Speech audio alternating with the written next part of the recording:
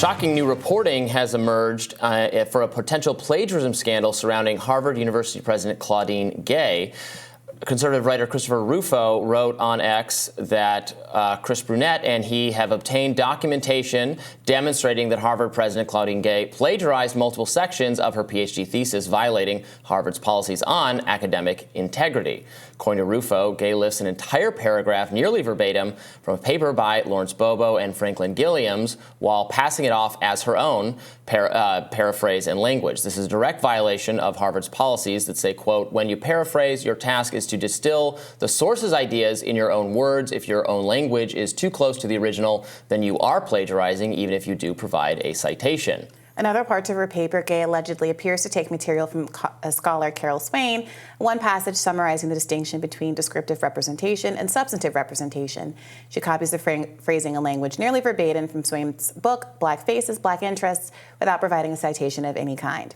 Rufo writes that she also reportedly puts together an entire appendix in her dissertation taken from Gary King's book, A Solution to Ecological Interference Problem, while she cites King's book later in the appendix.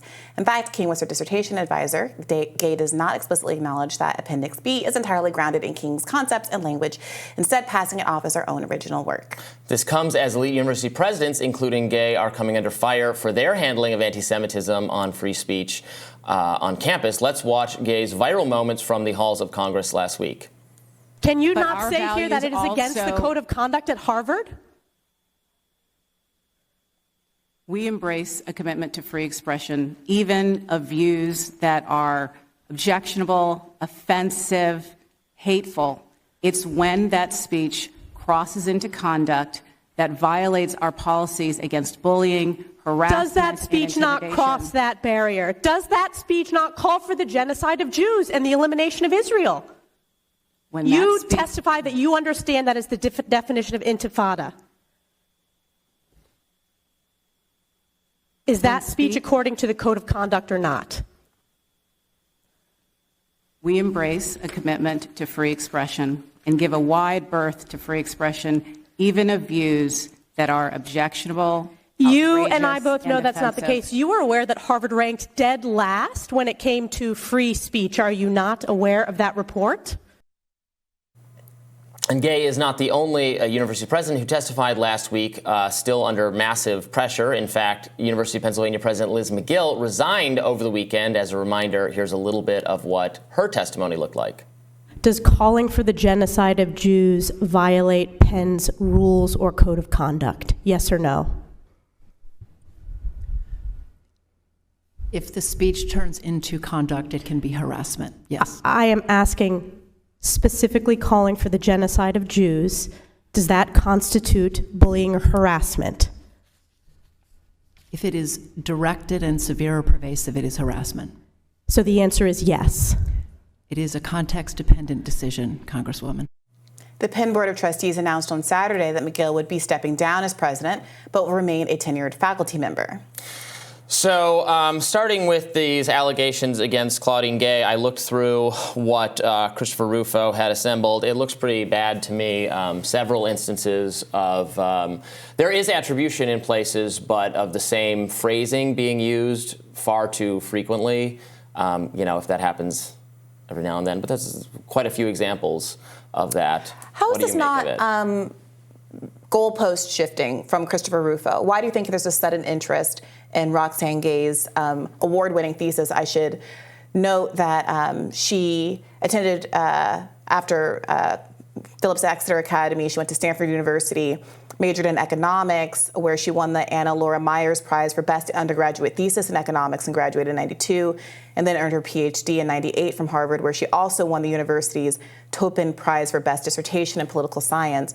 Why do you think that he is interested now in scrutinizing her academic record? Well, I'm less interested in why he's doing it and more interested in the fact that the president of Harvard violated the academic standards to which the students are held. That's so interesting to me, because I'm so much more interested in why, at the time when all of these, there is a right-wing pogrom against free speech at campus universities, specifically in defense of a country that's in the middle of a genocide, why there would be a sudden interest in the background of a university president. To me, that seems obviously connected, and as reflected in the fact that we've packaged them together in the segment.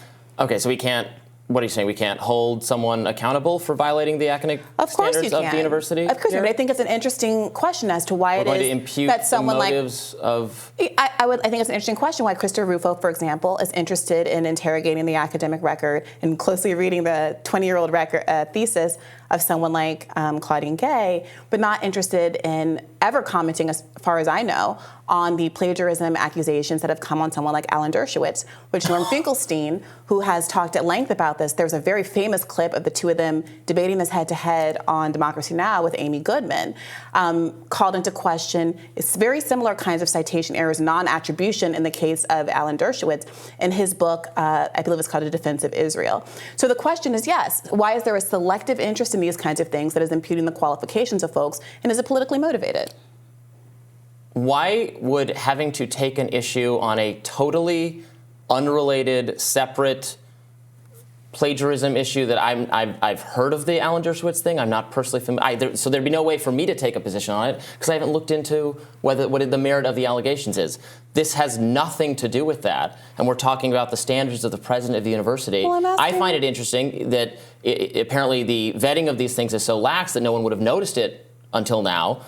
But you're saying this is off the table because we haven't investigated a years old, a totally unrelated thing? It's not about we and us. It's why is Christopher Rufo, who's been very clear about what his political objectives are, right? He has said very openly about what he endeavored to do with coining the term wokeness and making focusing attacks on something called critical race theory, a term that most people in America had never heard of before. He specifically said it is easier to get people mad at something called critical race theory than saying that very explicitly we shouldn't be talking about race or diversity or historical prejudice against groups. Obviously, that doesn't come across as well, so we're going to say, no, we're going to use all these acronyms. I mean, he very much has a political agenda, and so I do think it would be naive to talk about a subject like this without engaging with what his obvious political project is here. And it seems to me that they're, rightly or wrongly, whether or not Claudine Gay transgressed, the reason he is interested in her particular transgression seems to have everything to do with a desire to get a bunch of presidents of universities fired because they don't agree with Christopher Rufo's particular set of politics. And I don't know that that is in service of the free speech objectives that I hold, and I think a lot of people in the world and in the audience hold. Okay, well, I don't think she should be fired for not agreeing politically with Chris Rufo, but I do think she should be in the same way that Harvard students would be disciplined, subject to a investigation or a hearing where they have the right to represent their own interests and push back, would be held accountable for those. I mean, this isn't really about policy on some level. This is about. Let's play that out. So if this is the standard, I think that what we should do is go back through every member of Harvard faculty. And by the way, Harvard's not the only school in America. It's interesting that these conservatives seem to have this obsession with elite universities when most people don't go to those. And it almost seems disrespectful to the experience that most Americans have to act like Harvard's the only place in the world. I mean, Christopher Rufo went there. Maybe that's why. But to go through the people who are on faculty at all universities, use this new software we have with ChatGPT and things like that, and see if there's any examples like that, and then fire everybody, or at least have everybody come under review, including someone like Alan Dershowitz. So would that be fair? I have no problem with that. It seems like you're the one saying that we can't do anything about this or Absolutely can't care not. about this or have any interest in this because you cannot find examples where some person that you don't like politically was not. It's not the issue about whether they like him politically. It's the issue of whether or not people are selectively going after folks because of their politics, as opposed to actually having a sincere interest in upholding an academic standard. If it's about going back to the allegations against Dershowitz, which again I have no idea about, it could be accurate or not. You don't think those were motivated by some political disinterest in what he's doing? Were there no political motives from Norm Finkelstein or whoever brought that up? That's transparently ridiculous. I'm happy to answer the question. Okay. Norm Finkelstein's political motives are that he is the global utmost scholar on Gaza, the history of Gaza and what's been going on there for the last 75 years. And that as a scholar of Gaza, he read Alan Dershowitz's work, which makes an opposite case for Israel's legitimacy to its behavior in that region. And because he literally is a scholar of that area of work, he could discern mistakes, errors, and less plagiarism in the context of his work. So he had obviously a very pointed, I would call it an academic interest as opposed to political interest. But yes, he is literally a scholar of Palestinian history. And as Norm Finkelstein always says, I follow the facts. I'm interested in the facts in that way that he has. And that's where the facts took him. So yeah, regardless of whatever politics, maybe Roxanne Gay is her cousin. Claudia Gay is out.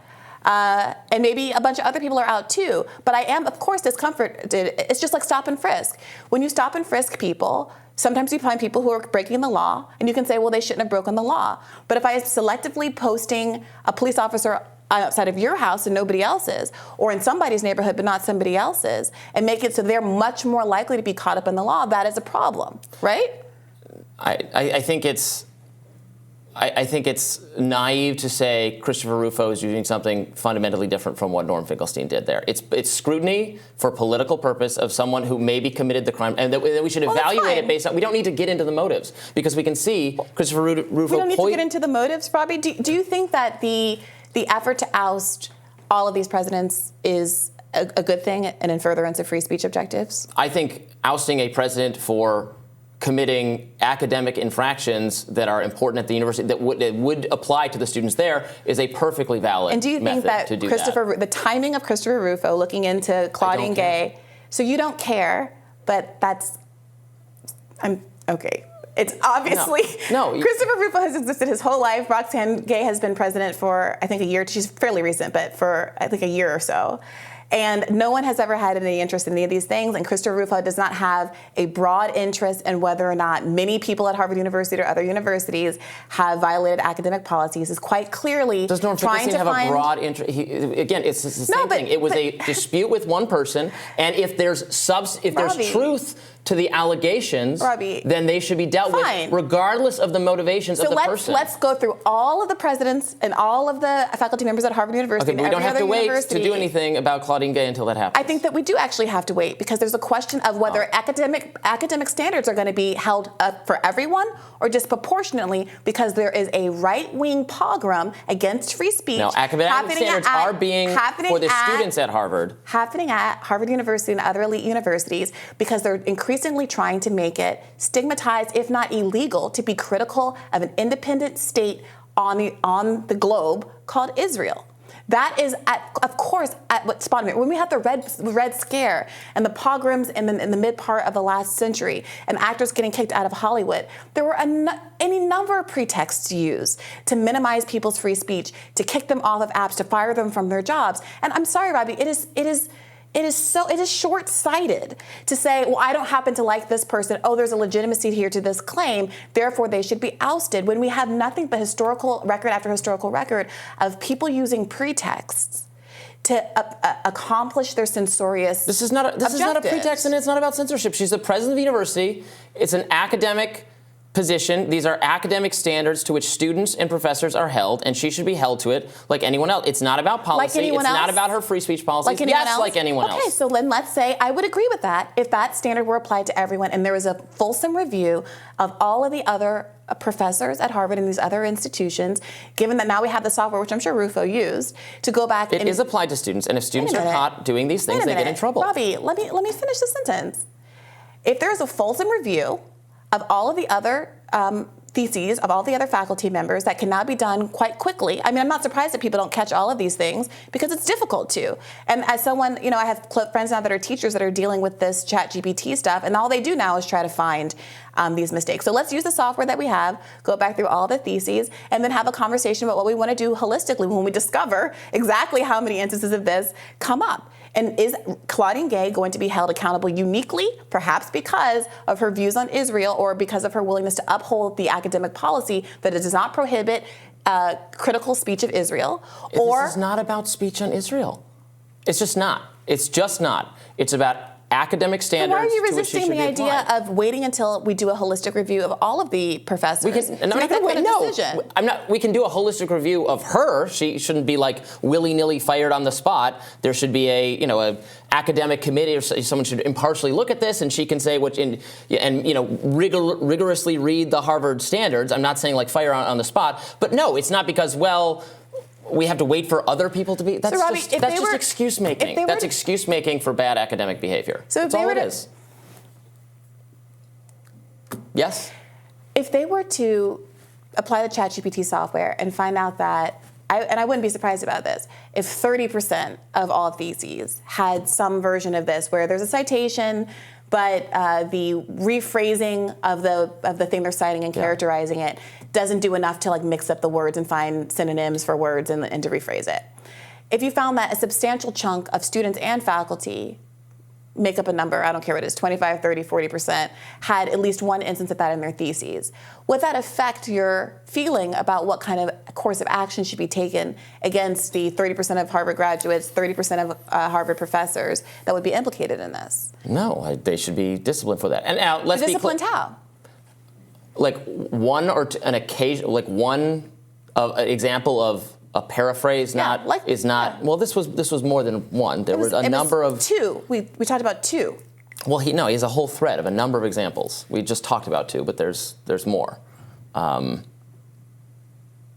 mean, this is something a committee should weigh. At what point does it become? I see the Swain part that we talked about, and I saw that first long paragraph. And he breaks parts of them down and talks about them at length. But I see two instances in this award-winning thesis that's described here in this Rufo thing. It was a couple different phrases. In two paragraphs. Yeah. Okay. and this award-winning thesis. So if the de minimis instance like this, where there's two paragraphs that have not been sufficiently rewritten, comes up in a significant number of other theses, what would you have happen?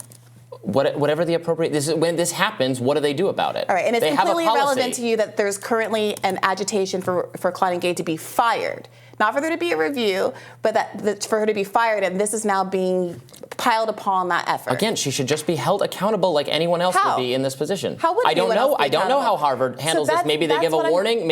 I didn't call for her to be fired. I just said this is a serious enough issue when it comes up for other people, and I don't care about the motives. I care about that she's the president of the university, and she should be subjected to at least the same standards as anyone else who commits an academic offense. And it has nothing to do with Israeli speech, for which I don't want her held accountable. All right. Well, if she happens to be fired for this, it'll absolutely have nothing to do with the whole other part of the segment about People's Israel. motives only matter when you don't like the person. That's not true. Okay. Does that hold true for Christopher Rufo and his obvious distaste for Claudine Gay? That's what I'm saying. Okay. More Rising right after this.